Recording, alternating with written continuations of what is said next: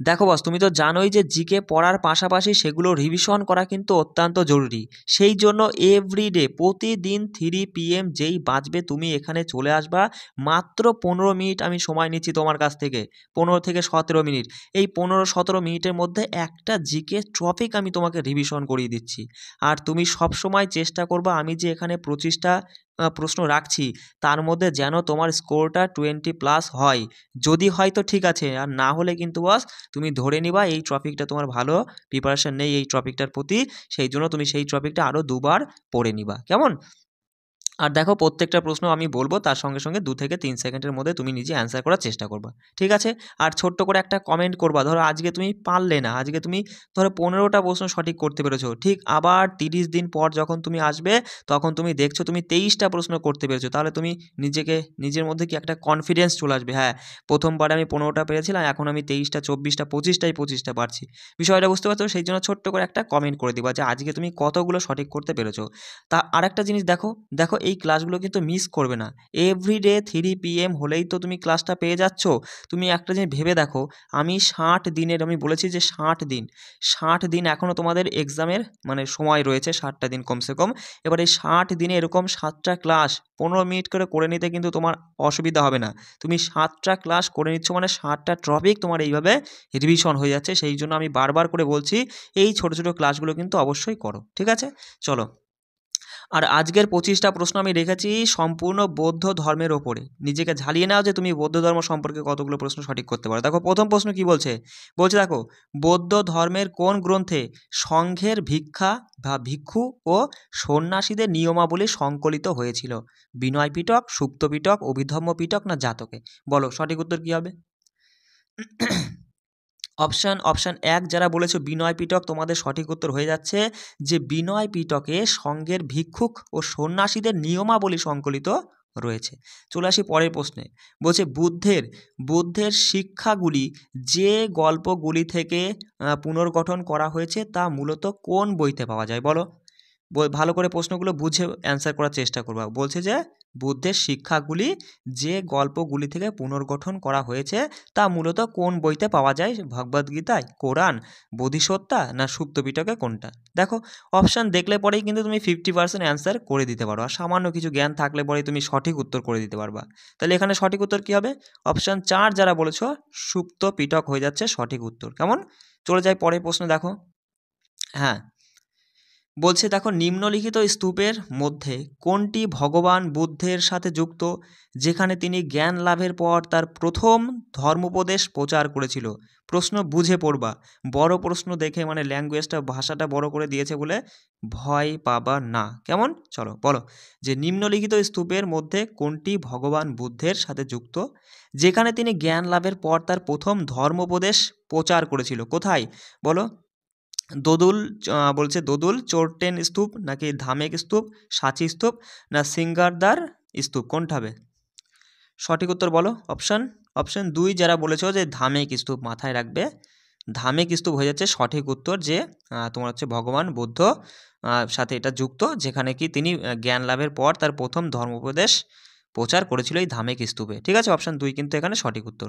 চলে যায় পরের প্রশ্নে। বলছে দেখো যে নিম্নলিখিত কোন জায়গায় প্রথম বৌদ্ধ পরিষদের আহ্বান জানানো হয়?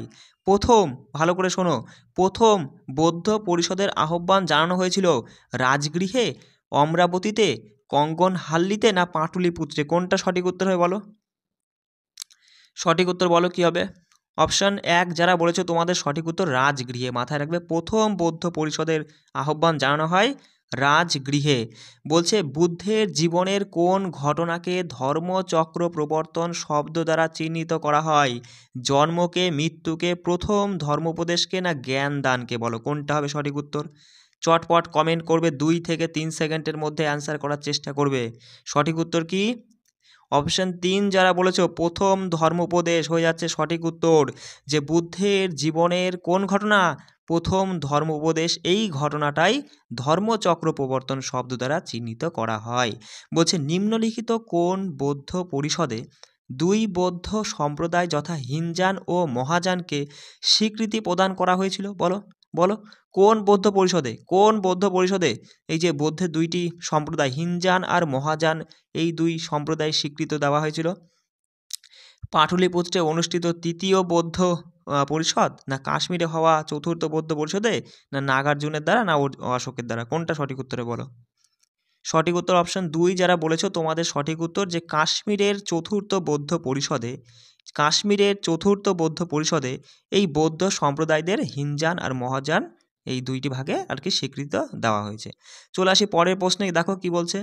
বলছে সিদ্ধার্থ অর্থাৎ গৌতম বুদ্ধ কোথায় জ্ঞান লাভ করেছিল? লুম্বিনীতে, বুধগয়ায়, কপিলাবস্তুরে, না সারনাথে? কোথায় জ্ঞান লাভ করেছিল? জ্ঞান লাভ, বলো সঠিক উত্তর বলো কি হবে? অপশন 2 একদম ঠিক। অপশন 2 যারা বলেছে বোধগয়া বা বুদ্ধগয়া, অপশন 2 আমাদের সঠিক উত্তর হয়ে যাচ্ছে। ঠিক আছে, চলে যায় পরের প্রশ্নে। বলছে বুদ্ধের কুশীনগরের শেষ যাত্রার বর্ণনা দেওয়া গ্রন্থ কোনটি? শেষ যাত্রার কথা বলছে, আর কোথায় সেটা?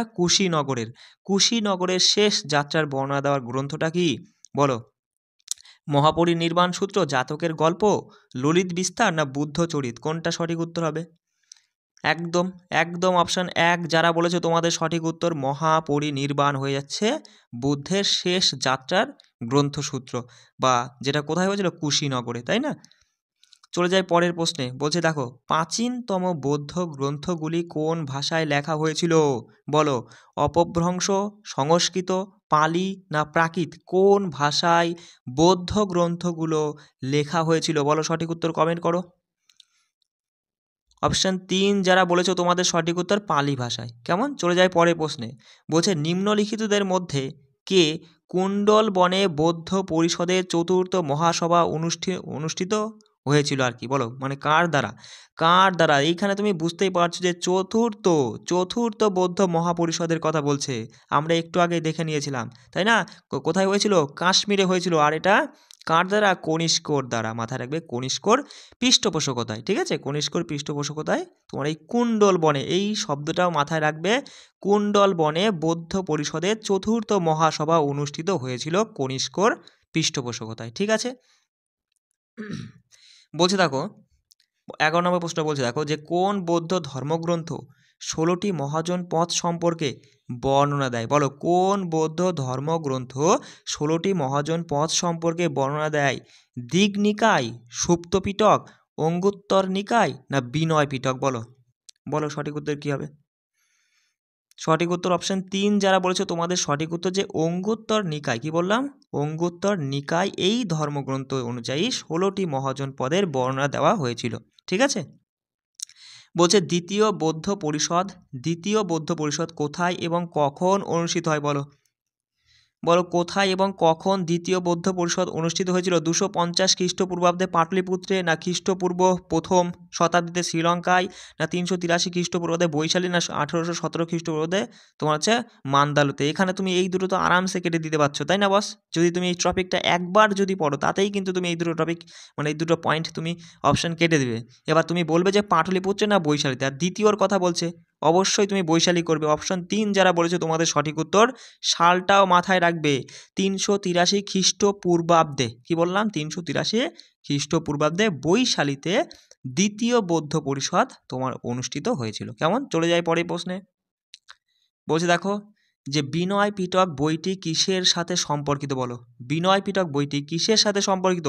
সংস্কৃত ব্যাকরণের সাথে, মহাবীরের প্রচারের সাথে, জরাথুস্ট্রের চিন্তাভাবনার সাথে, না বৌদ্ধ সংঘের বিধির সাথে? একটু ভাবনা চিন্তা করে বলো, সঠিক উত্তর বলতে পারবে। দেখো, জরাথুস্ট্রের কথা তো এখানে আসবেই না, কারণ আমরা বৌদ্ধ ধর্ম পড়ছি। সংস্কৃত ব্যাকরণের কথা আসবেই না। দেখো মহাবীরের কথা তো আসবেই না, কারণ সেটা তো জৈন ধর্মে চলে যাচ্ছি, তাই না? আর এক পড়ে রইল বৌদ্ধ সংঘবিধি, তাই না বস? তাহলে তুমি খুব সহজে আনসার করতে পারছো যে বিনয় পিটক বইটি কিসের সাথে সম্পর্কিত? বৌদ্ধ সংঘের বিধিবিধান বা নিয়ম কানুনের সাথে সম্পর্কিত। ঠিক আছে, বলছে দেখো যে গৌতম বুদ্ধের জীবনী বুদ্ধচরিত ড্যাশের দ্বারা লিখিত, মানে বুদ্ধচরিত কে রচনা করেছিল? বলো, একদম সোজা প্রশ্ন একটা। বলো, বোধিসেনা, আসঙ্গ, ইন্দ্রভূতি, না অশ্বঘোষ? কোনটা হবে সঠিক উত্তর? অপশন বলো। অপশন 4 যারা বলেছো তোমাদের একদম সঠিক উত্তর অশ্বঘোষ। বুদ্ধ চরিত কার দ্বারা লিখিত? অশ্বঘোষ দ্বারা। দেখো পরের প্রশ্নটা বলছে, দেখো দুটো তালিকা তোমাদের মিলাতে বলছে, ঠিক আছে, আর সঠিক উত্তর করতে হবে। দেখো এখানে বলছে যে বুদ্ধের জীবনকালের বিভিন্ন ঘটনা আর সেগুলোর প্রতীক দিয়েছে, ঠিক আছে। তা আমরা জানি যে জন্মের প্রতীক কী ছিল বলো বস? জন্মের প্রতীক ছিল, বুদ্ধের জন্মের প্রতীক ছিল ষাঁড়। জ্ঞান লাভের প্রতীক ছিল বোধি গাছ, তাই না বস? আর প্রথম উপদেশ যেটা আমরা ধর্মচক্র প্রবর্তন যার নামে জানি, ধর্মচক্র প্রবর্তন চক্র শব্দটা দেখেই তুমি বুঝতে পারছো যে প্রথম উপদেশ ধর্মচক্র প্রবর্তন, অর্থাৎ চক্র রয়েছে এখানে, সেটা হবে। আর মৃত্যুটা আমরা জানি স্তূপ, মৃত্যু হচ্ছে স্তূপ। তাহলে মৃত্যুর প্রতীক কি? বুদ্ধের জীবনের মৃত্যুর প্রতীক হলো স্তূপ। তাহলে এখানে তুমি বলো। তাহলে আমরা দেখলাম কটা মিলল হচ্ছে 3-এর সাথে, ক মানে এ মিলেছে 3, এটা হবে না, এটাও বাদ, তার মানে এই দুটোর মধ্যে যে কোনো একটা হবে 2 আর 3-এর মধ্যে। আর জ্ঞান লাভ হলো বোধি গাছ, তার মানে 2 খ মানে বি মিশেছে এ। দেখো অপশান 2, একদম অপশান 2 যারা বলেছে তোমাদের সঠিক উত্তর হয়ে যাচ্ছে, কারণ এখানে 4 রয়েছে, হবে না, তাই না? অপশান 2 হয়ে যাচ্ছে সঠিক উত্তর। চলে আসি পরের প্রশ্ন, বলো নিম্নলিখিত বিষয়গুলি সঠিকভাবে মেলাও। বলো এখানে বৌদ্ধ সম্মেলন দিয়েছে আর সভাপতিগণ দিয়েছে, ঠিক আছে। কার পৃষ্ঠপোষকতায় হয়েছিল সেটা কিন্তু দেয়নি, সভাপতি কে ছিল সেই সভাপতিগণ সম্পর্কে দিয়েছে। বলছে প্রথম বৌদ্ধ সম্মেলনের সভাপতি কে ছিল বলো? বলো সঠিক উত্তর কী হবে বলো? প্রথম বৌদ্ধ সম্মেলনের সভাপতি ছিল মহাকাশ্যপ, তাহলে এ মিলছে 2-এর সাথে। দ্বিতীয় বৌদ্ধ সম্মেলনের সভাপতি ছিল কে? সবকামী, 3 মিলছে, 2-এর সঙ্গে 3। আর তৃতীয় বৌদ্ধ পরিষদের তোমার হচ্ছে সভাপতি কী ছিল? মোগ্গালীপুত্তু তিসা, অপশান এই 4 রয়েছে। আর চতুর্থ বৌদ্ধ পরিষদের ক্ষেত্রে হচ্ছে বসুমিত্র, তাই না বস? তাহলে সঙ্গে সঙ্গে তুমি বলবা A2, A2, এটা তো হচ্ছে না, A2 ঠিক আছে। আর হচ্ছে 2-এর হচ্ছে 3, 2, 3 এটা বাদ হয়ে গেল, এই দুটোর মধ্যে যে কোনো একটা হবে। 3-এরটা হচ্ছে 4, 3, 4, তাহলে এটা বাদ, অপশান 4 আমাদের সঠিক উত্তর। বিষয়টা বুঝতে পারলে চটপট তুমি অ্যান্সার করে ফেলতে পারবা। বলছে দেখো নিচের কোনটি বৌদ্ধ ধর্মের পবিত্র, বলছে এইটফোল্ড পাথ, এইটফোল্ড পাথ মানে অষ্টাঙ্গিক মার্গের কথা বলছে, ঠিক আছে। বলছে নিচের কোনটি বৌদ্ধ ধর্মের পবিত্র এইটফোল্ড পাথ বা অষ্টাঙ্গিক মার্গের অন্তর্ভুক্ত? অহিংসা, সঠিক জীবিকা, সত্য, ব্রহ্মচার্য। বলো কোনটা সঠিক উত্তর হবে? দারুণ প্রশ্ন, এই রিলেটেড প্রশ্ন কিন্তু পরীক্ষায় আসে, ঠিক আছে। সঠিক উত্তর অপশান 2 যারা বলেছো তোমাদের সঠিক উত্তর হয়েছে সঠিক জীবিকা বা সৎ, সৎ জীবিকা, সঠিক জীবিকা বা সৎ জীবিকা। এবার দেখো এই অষ্টাঙ্গিক মার্গটা আমি বলছি, একটু শুনে নাও, মাথায় রাখবে সৎ দৃষ্টি, সৎ সংকল্প, সৎ বাক্য, সৎ কর্ম, সৎ জীবিকা, সৎ প্রয়োগ, সৎ স্মৃতি, সৎ সমাধি, ঠিক আছে। আবার বলছি, সৎ কথাটা না দিয়ে সঠিক কথাটা দিয়ে দিতে পারে, বলতে পারে যে সঠিক দৃষ্টি, সঠিক সংকল্প, সঠিক বাক্য, সঠিক কর্ম, সঠিক জীবিকা, সঠিক প্রয়োগ, সঠিক স্মৃতি আর সঠিক সমাধি, ঠিক আছে। সঠিক অথবা সৎ যে কোনো একটা থাকতে পারে, ঠিক আছে। বাকিগুলো তো আমি বলে দিলাম, একটু একটু মাথায় রাখবা।